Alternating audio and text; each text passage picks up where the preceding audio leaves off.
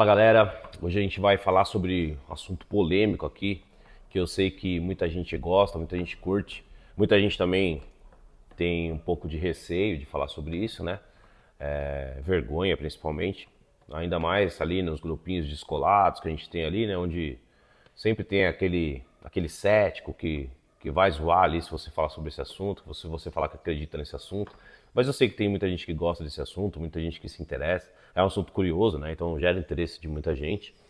E, e já de antemão eu vou adiantar que eu acredito totalmente na vida extraterrestre, né? Eu vou explicar aqui porque a minha linha de raciocínio. Vou trazer várias provas, relatos, depoimentos aqui para embasar essa minha crença na possibilidade extraterrestre.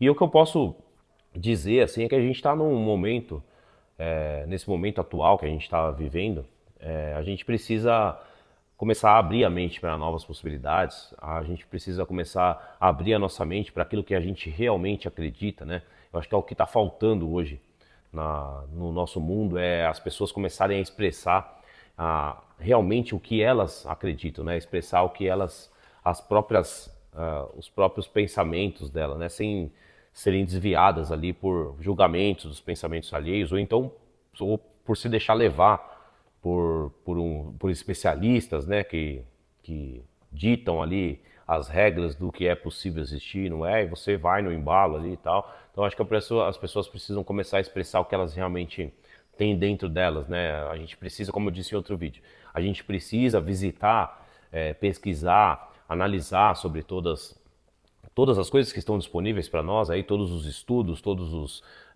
os grandes pensadores, todos os cientistas, filósofos, enfim, todos os grandes ícones da nossa sociedade.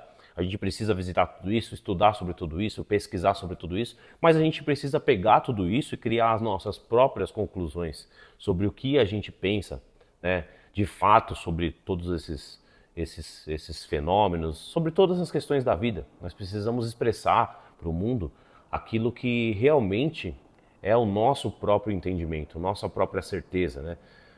O nosso próprio pensamento sobre as coisas, né? Como eu disse, já a gente precisa voltar a pensar, a gente precisa começar a expressar para a sociedade o nosso ser, o nosso próprio ser que é único, né? Que é único e é diferente de qualquer outro ser humano que possa existir, nunca vai existir um ser humano igual ao outro, e essa é a beleza da vida, né? Nós todos estamos aqui para poder expressar o que nós temos de diferente, que nós temos de especial, e todos nós temos talentos especiais e únicos, né? Enfim, voltando ao assunto aqui, então a gente vai falar sobre os extraterrestres, né? E vamos começar fazendo uma análise sobre o universo, sobre o nosso planeta, né?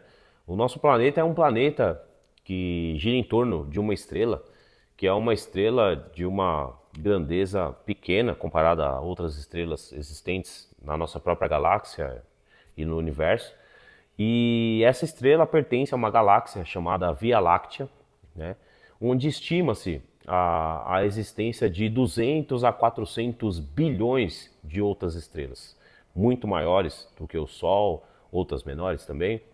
Então, estima-se 200 a 400 bilhões de estrelas, né? Possivelmente a gente tem até mais estrelas do que isso na Via Láctea. Por quê? Porque os nossos equipamentos não conseguem ver ali exatamente todas as estrelas existentes, porque muitas estrelas podem ficar obscurecidas, né, pela poeira estelar, e também pela incapacidade dos nossos equipamentos, muitas vezes, de observar todas elas mesmo. Bom, estima-se que existem mais ou menos ali 1 trilhão de galáxias no nosso universo possível e observável, né? Observável porque, como eu disse agora, né, a gente ainda está no desenvolvimento de equipamentos mais avançados. O James Webb, que é o telescópio mais avançado, que a tecnologia, na verdade, mais avançada que a gente tem conhecimento que exista do ser humano, né? Ele chegou ali até 13,6 bilhões de anos, né? Quase próximo ali ao possível surgimento do universo através da teoria do Big Bang, que teria surgido há 13,8 bilhões de anos. Então, o James Webb já conseguiu observar ali cerca de 200 milhões de anos após o possível surgimento do universo de acordo com a teoria do Big Bang, né?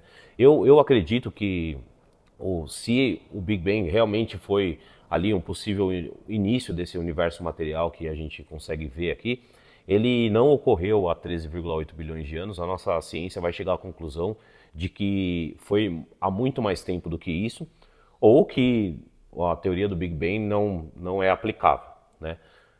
Mas enfim, isso é outro assunto. Então, estima-se que a gente tenha 1 trilhão de galáxias no universo, né? A galáxia que é a candidata ali a ser a galáxia com o maior número de estrelas, seria a IC 1101. E ela teria entre 100 e 400 trilhões de estrelas.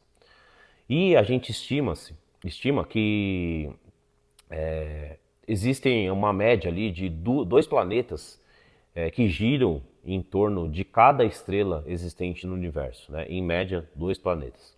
Então, vamos só recapitular aqui. O Sol é uma estrela de grandeza pequena comparada a outras, que está localizado em uma galáxia que estima-se ter de 200 a 400 bilhões de estrelas, que é uma, entre outras possíveis, 1 trilhão de galáxias. E a galáxia que é a candidata ali a ser a maior galáxia que a gente já encontrou, que é a IC 1101, estima-se que ela tenha entre 100 e 400 trilhões de estrelas, isso. E a gente estima em média que existam 2 planetas girando em torno de cada uma dessas estrelas. Então é um número assim que é impossível a gente até imaginar, né? Então, diante dessa imensidão, né, dessa vastidão do universo, é só o orgulho e a vaidade do homem cético principalmente, pode imaginar que Deus concentrou toda a vida inteligente só nesse nosso pequeno planeta, que insignificante planeta. Isso para mim é totalmente irracional, é totalmente inconcebível a gente ter uma linha de raciocínio nesse sentido, né? E eu acredito que muitas pessoas também, se pararem para analisar, quem ainda não parou, mas se parar para analisar toda essa vastidão, né, toda essa grandeza do universo, vai pensar da mesma forma. Pô, Deus criou todo esse universo tão vasto, tão gigantesco, tão assim impossível de a gente imaginar o tamanho e quantos planetas, né, que existem nesse universo. Se a gente considerar só os planetas que possam existir na chamada zona habitável, né, que é a zona ali onde a gente considera que os planetas tenham as mesmas condições e características que a Terra tem, né, a mesma incidência de calor de sua estrela, de radiação, a possibilidade da existência de água líquida, enfim, todos os fatores ali que comparam um planeta ao planeta Terra, né? Então a gente diz que esses planetas são os planetas que estão na zona chamada habitável. Se a gente só pegar só esses planetas, a gente vai ver que já é um número assim incalculável de planetas. Então seria muita inocência, na minha opinião, tá? Isso tudo que eu estou passando aqui, eu vou trazer vários dados documentais aqui, relatos, depoimentos, mas é a minha opinião, né? Então, na minha opinião, é impossível que só a Terra contenha a vida inteligente. A gente vê alguns movimentos aí que estão ocorrendo, né, na sociedade, nas grandes agências. Por exemplo, anteontem, se eu não me engano, a NASA fez uma entrevista coletiva divulgando que tinham encontrado ali resquícios ali da possibilidade de vida microbiana em Marte, né? Que ainda não dá para comprovar se realmente são resquícios de vida microbiana, mas porque os únicos equipamentos que poderiam fazer essa análise ali da rocha onde foi encontradas essas evidências estão aqui na Terra. Então a gente teria que trazer essas amostras, né, lá de Marte para cá, e a gente não tem missões previstas aí para trazer esses materiais de Marte. Talvez as missões chinesas possam trazer isso lá na frente, mas ainda não é previsto. Mas o que é interessante é que já começou todo um movimento, né? E eu acredito que eles já, sobre vida microbiana, né, vida não inteligente, eles já sabem há muito tempo, há décadas, que existe vida em outros planetas. E sobre vida inteligente também, mas a vida não inteligente principalmente. Mas eu vejo que está acontecendo um movimento, principalmente também os movimentos que estão ocorrendo com as sessões públicas, né, no Congresso americano, trazendo ali ex-militares, ex-funcionários de agências aeroespaciais, ex-funcionários de empresas privadas que trabalham para as agências governamentais no sentido espacial. Então, está tendo já um movimento em relação a isso, né? A gente vê cientistas de renome já falando sobre a possibilidade e indo, né, aprofundando seus estudos baseados ali numa possível existência de vida extraterrestre, como Gary Nolan, como esqueci o nome de Harvard lá, o cientista de Harvard, o Avi Loeb, enfim. Então, tá tendo todo um movimento aí no planeta, né? E logo, logo a gente vai ter a confirmação. Logo, logo, não vai demorar muito, a gente vai ter a confirmação de que eles realmente sabem sobre a existência da vida extraterrestre. Na questão 55 de O Livro dos Espíritos, Kardec pergunta para o mentor espiritual, né? Todos os globos que circulam no espaço são habitados? E o mentor responde. É interessante essa resposta. Sim, o homem terreno está bem longe de ser, como acredita, o primeiro em inteligência, em bondade e perfeição. Há, entretanto, os que se julgam espíritos fortes e imaginam que só este pequeno globo tem o privilégio de ser habitado por seres racionais.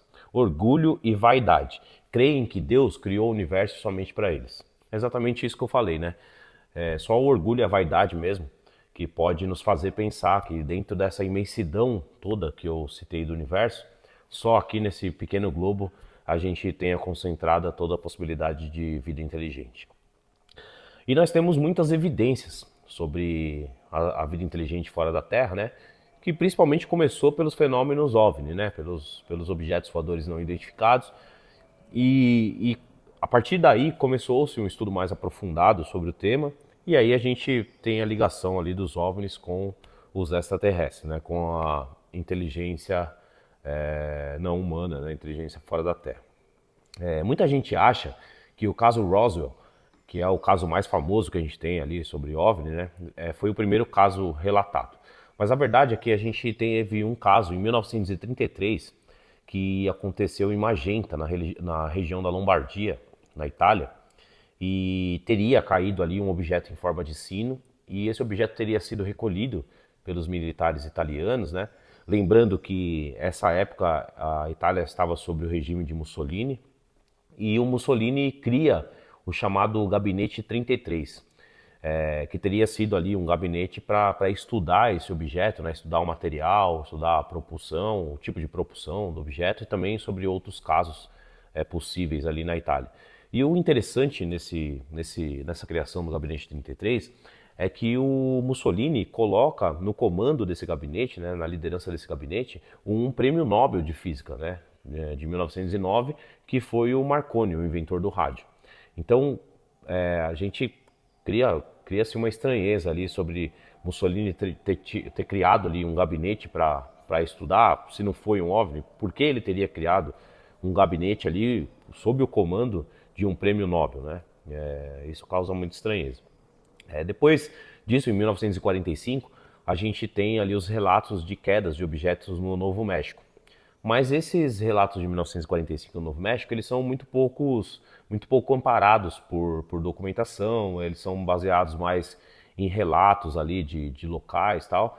Então eles podem sim ter sido confundidos com quedas de equipamentos militares mesmo, e não de algum tipo de tecnologia de fora da Terra.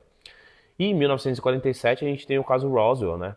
Que é o caso mais famoso ali, que teria acontecido no Rancho Foster.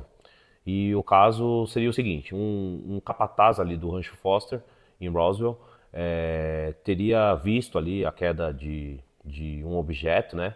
Ele teria encontrado os destroços, né? Isso em junho de 1947, e ele teria informado, em 7 de julho, ele teria informado ao xerife George Wilcox, e os militares da base aérea de Roswell teriam recolhido aquele material ali, né?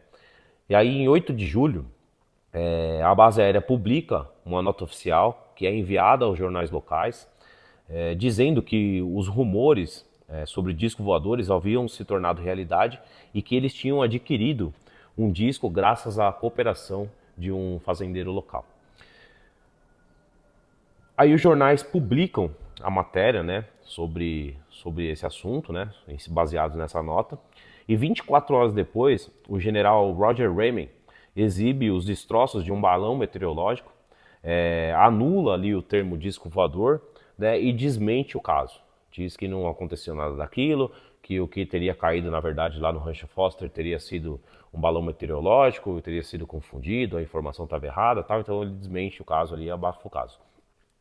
Existem também teorias que dizem, principalmente nos livros de Timothy Good, né? Quem não leu, leiam, que é muito legal, que o presidente Eisenhower, em 1954 e 1955, teria tido encontros com extraterrestres, né? E desses encontros teriam saído o famoso Tratado de Greada, onde ficou acordado ali que os extraterrestres forneceriam tecnologia de propulsão antigravitacional em troca da abdução de humanos ali que eles precisavam para estudos, enfim, para qualquer tipo. Essa é a teoria que existe sobre o presidente Eisenhower, né?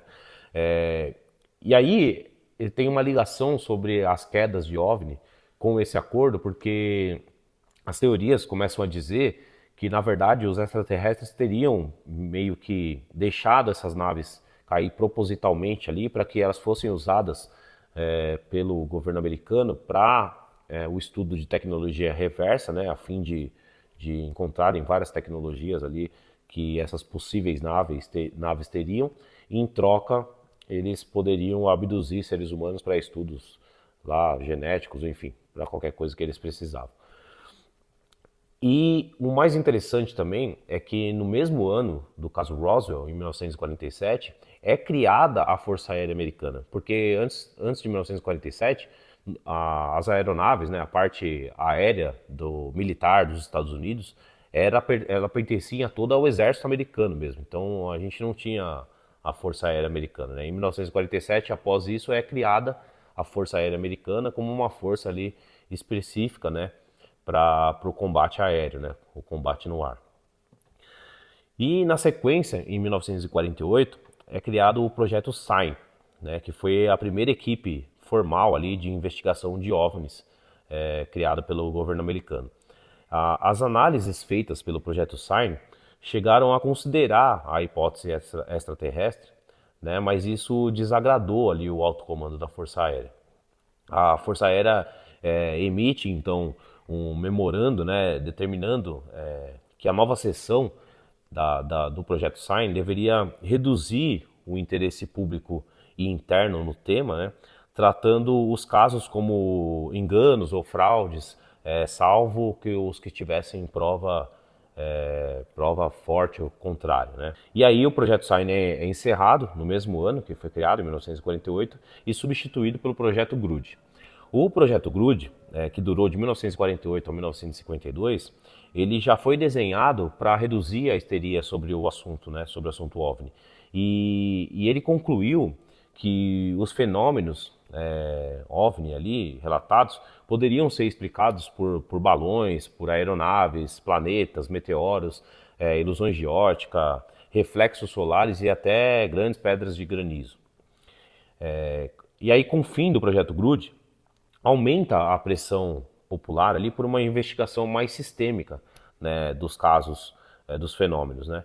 E é criado então em 1952 o projeto mais conhecido aí, que foi o projeto Blue Book. O projeto Blue Book, ele inicialmente foi dirigido pelo capitão Ruppelt, e ele teve mais recursos e uma abordagem mais científica ali pelo governo, né? E ele concluiu que não havia nenhuma evidência de que OVNIs eram tecnologias além da humana, né? E nenhuma ameaça à segurança nacional, e não tinha também nenhuma indicação de que os OVNIs seriam veículos extraterrestres. Analisando esses projetos aí, a gente vê que sempre existe um direcionamento de afastar o interesse público pelo tema, né? Desacreditando ali os fenômenos, ridicularizando também, a criação de filmes também ridicularizando a questão extraterrestre, como o próprio filme ET Extraterrestre, né, que foi sucesso gigantesco quando surgiu, E ele meio que, o filme ridiculariza um pouco o tema, né? Então afasta as pessoas ali da, da crença e até mesmo de colocarem suas opiniões sobre a existência de vida extraterrestre. No mesmo ano do início do projeto Blue Book, acontecem várias aparições em Washington, na capital dos Estados Unidos, durante 2 finais de semana. E essas aparições foram muito relatadas e são famosas, porque são ali aparições que realmente não tem muita explicação, né? Então, e lembrando que essa época era a época da Guerra Fria, né? Então, principalmente na capital dos Estados Unidos, o espaço aéreo ali era muito vigiado, muito monitorado pela questão da Guerra Fria, né? Então, foi relatado que no primeiro fim de semana, foram 2 finais de semana, né, essas aparições em Washington, e no primeiro fim de semana, que teria sido no dia 19 de julho, às 23h40, um controlador de voo chamado Harry Burns detectou 7 pips manobrando sobre a zona restrita do Capitólio a aproximadamente 180 km por hora. À meia-noite e 10, a Torre de Washington confirma que luzes laranja avermelhadas estavam pairando em baixas altitudes ali na região. Da meia-noite e meia até a 1h40, os objetos aceleram, param abruptamente, fazem curvas de 90 graus e Burns relata velocidades superiores a 7.000 km por hora. Às 2 horas da manhã, 2 caças da Força Aérea, 2 F-94, decolam da base aérea de Delaware e quando eles se aproximam desses objetos, né, os alvos simplesmente sumiram ali do radar e voltaram a aparecer novamente quando os caças voltaram para a base. Às 3h10 da manhã, mais um caça F-94, né, pilotado pelo tenente William Bragg, vê uma luz branca brilhante que acelera e desaparece da vista dele. No segundo fim de semana, dia 26 de julho, às 20 horas, os controladores registram novos pontos no radar sobre a Casa Branca. Da meia-noite a 1h30, 3 radares de Washington, Andrews e Boddingfield confirmam de 10 a 12 alvos aparecendo nos radares. À 1h30 da manhã, 4 caças F-94 decolam de Newcastle e o piloto-tenente William Patterson relata luzes circulares azuis que cercam ele, e aí quando ele tentou interceptar essas luzes, elas simplesmente desapareceram. Às 2h15, objetos mudando de altitude de 3.000 pés para 10.000 pés repentinamente começam a aparecer ali e registram velocidades desses objetos de cerca de 3.000 km por hora. Às 4h30 da manhã, os objetos somem no radar e não aparecem mais. Bom, o general Alfredo Moacir Uchoa, que é um general brasileiro, ele que foi um dos pioneiros no estudo sobre OVNIs, né, no Brasil e até no mundo mesmo, ele participou de um intercâmbio militar ali, que sempre é feito, né, entre militares brasileiros, americanos e outros militares do mundo. Ele participou de um intercâmbio para estudo feito no Pentágono, e lá nesse intercâmbio ele relatou que assistiu esses vídeos das telas dos radares desses acontecimentos em Washington e que realmente aconteciam ali mudanças de direções abruptas dos objetos nos radares que eram impossíveis de serem executadas por tecnologia humana, né? E que os próprios militares americanos ali que estavam acompanhando ali esse intercâmbio com o general Uchoa confirmaram que eles não tinham explicação sobre o que tinha acontecido nesses 2 finais de semana e sobre como esses objetos poderiam se comportar daquela maneira. Com certeza não era uma tecnologia humana que tivesse a capacidade de fazer aquilo, muito menos naquela época. Aí em 1953, a gente tem a criação do painel de Robertson pela CIA, que foi um comitê científico criado ali para avaliar os fenômenos OVNI, né, sob o guarda-chuva de conter a histeria popular, impedindo ali o aumento, né, da histeria popular e o congestionamento dos meios de comunicação, visando a Guerra Fria e também no sentido de desacreditar esses fenômenos. Em 1968, acontece a primeira audiência pública no Congresso americano, onde o professor Hynek, que trabalhou no projeto Blue Book, ele declarou que o governo americano possuía evidências que nunca foram disponibilizadas para estudos científicos mais sérios, né? E que ele teria sido obrigado a falar que alguns dos fenômenos declarados teriam sido produzidos por gás do pântano. Porque algumas regiões de pântano dos Estados Unidos produzem um gás ali que, em contato com a atmosfera, por exemplo, causam alguns efeitos luminosos. Tal. Então, os relatos de algumas aparições OVNIs eram ali ligadas a esse gás que produzia esses efeitos luminosos. Um absurdo, né? A gente também tem um professor McDonald, que era um físico atmosférico, e ele estudou alguns arquivos do projeto Blue Book, e ele chegou a declarar que era possível que os OVNIs fossem fêmenos realmente extraterrestres, né? Ele denunciou também que muitos oficiais de bases americanas chegaram a dizer que tinham posse de vídeos de perseguições de OVNIs, né? Mas que eles nunca disponibilizaram ali para uma análise de civis e nem de cientistas credenciados. Depois disso, o professor McDonald sofreu uma forte retaliação ali, perdeu suas bolsas, né, de estudos e tal, e ele chegou até a suicidar depois. A virada mais recente que a gente teve sobre a questão aí da divulgação de OVNIs veio em 2017, quando o New York Times publicou uma matéria onde eles diziam que o governo dos Estados Unidos tinha um programa ali que ele estava pesquisando OVNIs, né, em segredo. E o programa era chefiado dentro do Pentágono por um oficial chamado Louis Elizondo, e ele teria sido financiado a pedido de um senador de Nevada, né, chamado Harry Reid. E esse senador ele se interessava há muito tempo por fenômenos espaciais, né? E a maior parte do financiamento foi para uma empresa de pesquisa aeroespacial de Robert Bigelow, que também prestou serviço para a NASA. E o Robert Bigelow, ele chegou a dizer em uma entrevista para a CBS que ele estava absolutamente convencido de que os alienígenas existiam e que os OVNIs visitavam a Terra.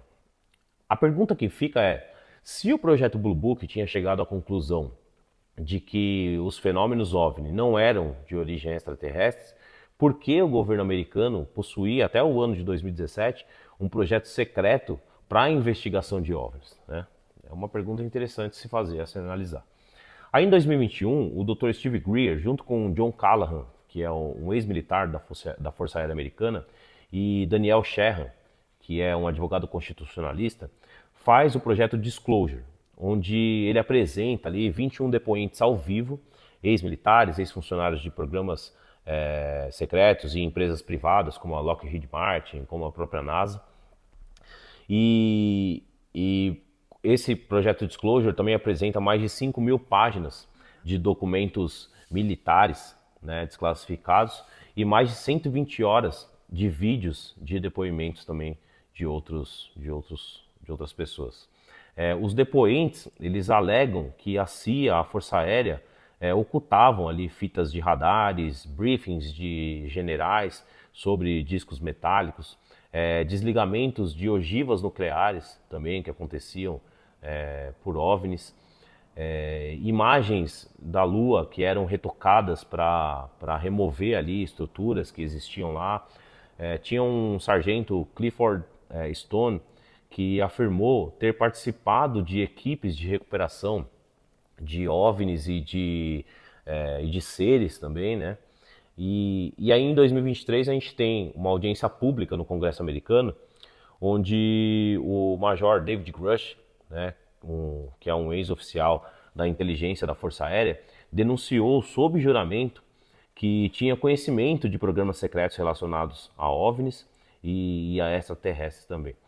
Ele afirmou ainda que o governo americano, possivelmente empresas contratadas, operam programas secretos de recuperação de objetos anômalos, acidentados e de engenharia reversa. Ele declarou que foi informado sobre esses programas, mas que foi negado o acesso a eles. Ele denuncia também que os programas operam acima da supervisão do Congresso americano e que fundos do governo estariam sendo direcionados para esses projetos sem o conhecimento e autorização do Congresso, né, dos congressistas. Ele afirma também que esses programas secretos tinham em posse de corpos biológicos não humanos que foram recuperados junto com naves acidentadas. Ele afirma também que entregou ao Congresso americano documentos oficiais italianos, né, telegramas e fotos referentes àquele primeiro caso lá de 1933 que teria acontecido em Magenta, e que o Papa Pio XII teria intermediado com o governo dos Estados Unidos a entrega daquela nave que teria sido recuperada lá após a Segunda Guerra Mundial, né, quando os Estados Unidos retoma a região da Itália ali. E aí, nesse momento, teria sido negociado com o Papa Pio XII, que teria intermediado, né, essa negociação aí entre o governo americano e o governo italiano, a transferência dessa nave recuperada lá para os Estados Unidos, onde poderia ser estudado mais a fundo ali, feito uma engenharia reversa mais detalhada. No Brasil, nós temos também aí vários casos, né? O principal deles, eu acho que é o mais documentado aí, o mais longo, né, que a gente teve é a Operação Prato, né, que aconteceu entre 1977 e 1978. A Noite Oficial dos OVNIs também, que aconteceu em 1986, o caso Varginha em 1996. Todos esses casos aí, o Rony Vernet relata muito bem, detalhadamente sobre todos esses casos aí. A gente também tem o Edson Boaventura, que é um outro ufólogo brasileiro, que também tem muitos documentos sobre esses casos, fala muito bem. Eu recomendo que vocês assistam aí, é muito interessante. E a gente tem vários outros denunciantes, também Paul Hiller, que era o ministro de Defesa do Canadá. Ele também chegou a afirmar categoricamente, né, que os seres extraterrestres eram reais e que têm visitado a Terra há décadas, né? E que vários países, né, liderados pelos Estados Unidos estão cientes, né, da existência de seres extraterrestres, mas que mantêm essa informação em segredo. Bom, a gente mostrou várias evidências aqui documentadas, né? Eu trouxe várias evidências. Eu recomendo que quem se interessa pelo assunto pesquise mais a fundo. Você tem ainda muito mais coisas sobre fenômenos OVNIs aí, muito mais relatos. E a pergunta que fica, né, é por que, se existe realmente seres extraterrestres, se esses governos, principalmente o governo americano, têm um conhecimento sobre a existência de vida inteligente, né, não humana, por que que isso é mantido em sigilo, né? Por que que eles encobrem essa informação aí do público? O ponto principal que a gente precisa analisar aqui é entender a questão energética. A energia é a que move todas as áreas de um planeta, né? Aliás, de qualquer planeta. Quem possui ali o controle energético, possui o controle sobre o planeta. E obviamente que o controle energético está nas mãos ali dos grandes players que comandam o planeta. A admissão e divulgação de tecnologias que podem levar à energia livre, por exemplo, ou até mesmo divulgação de uma possível energia livre já de conhecimento que está sendo escondido, né, tiraria o controle da mão desses caras, né? E isso causaria uma total mudança no cenário global, porque transformaria completamente a economia, as relações de mercado, o sistema industrial e a sociedade como um todo. Inclusive, a questão energética é o que classifica as civilizações planetárias, né? O nível de desenvolvimento tecnológico de uma civilização em um planeta é definido segundo o domínio energético que aquela civilização possui. A gente vai falar também sobre isso num vídeo futuro. E outro ponto que nós temos que considerar também é que a existência de tecnologias avançadas no setor da saúde, por exemplo, pode trazer ali cura de muitas doenças ou até mesmo a regeneração total das doenças, né? A regeneração total do corpo humano através das possíveis medbeds, por exemplo, que seriam ali possíveis artefatos onde você entra ali, todas as células do seu corpo são regeneradas, né? Curando qualquer tipo de doença. E isso causaria também o fim da indústria farmacêutica, que também é de domínio desses grandes players. Enfim, imagine quantas tecnologias, né, poderiam surgir desses estudos aí de equipamentos extraterrestres que poderiam tirar o domínio global, né, das mãos desses caras. Então é aí que entra o encobrimento, né, da possível existência extraterrestre e de tecnologias recuperadas. A gente vai se aprofundar em todos esses assuntos mais para frente. Mas uma questão que fica agora, um ponto importante, é assim, bom, se existem extraterrestres, né, se existe vida inteligente não humana, qual seria a relação desses extraterrestres com os espíritos? Porque a gente veio falando nos vídeos anteriores ali que nós somos espíritos, que viemos aqui para passar por essas experiências aqui na matéria e tal. Mas se existem outras civilizações materiais também, quais seriam a ligação dessas civilizações com Deus? Quais seriam a ligação das civilizações extraterrestres com os espíritos? É o que a gente vai tratar no vídeo de domingo. Então, eu espero vocês no domingo às 19 horas. Eu quero pedir aí muito gentilmente para todo mundo deixar o like nesse vídeo, é muito importante para a gente, porque aí a plataforma entende que o vídeo é relevante e entrega o vídeo para mais pessoas, né? Para que a gente possa também aumentar o número de inscritos no canal. Então, se você ainda não é inscrito no canal, também se inscreve aí. Eu vou deixar também o QR Code aqui para quem queira contribuir com o canal. E quero informar também que agora a gente mudou um pouco os horários das publicações dos vídeos aqui no YouTube. Antes a gente fazia de domingo, segunda e quarta-feira às 19 horas. E a partir da semana que vem, dessa semana já, né? Hoje já estamos começando um novo formato. Então vai ser, a partir de agora vai ser domingo, terças e quintas-feiras às 19 horas. Tá? Então eu espero vocês no domingo. Um abraço a todos e muito obrigado.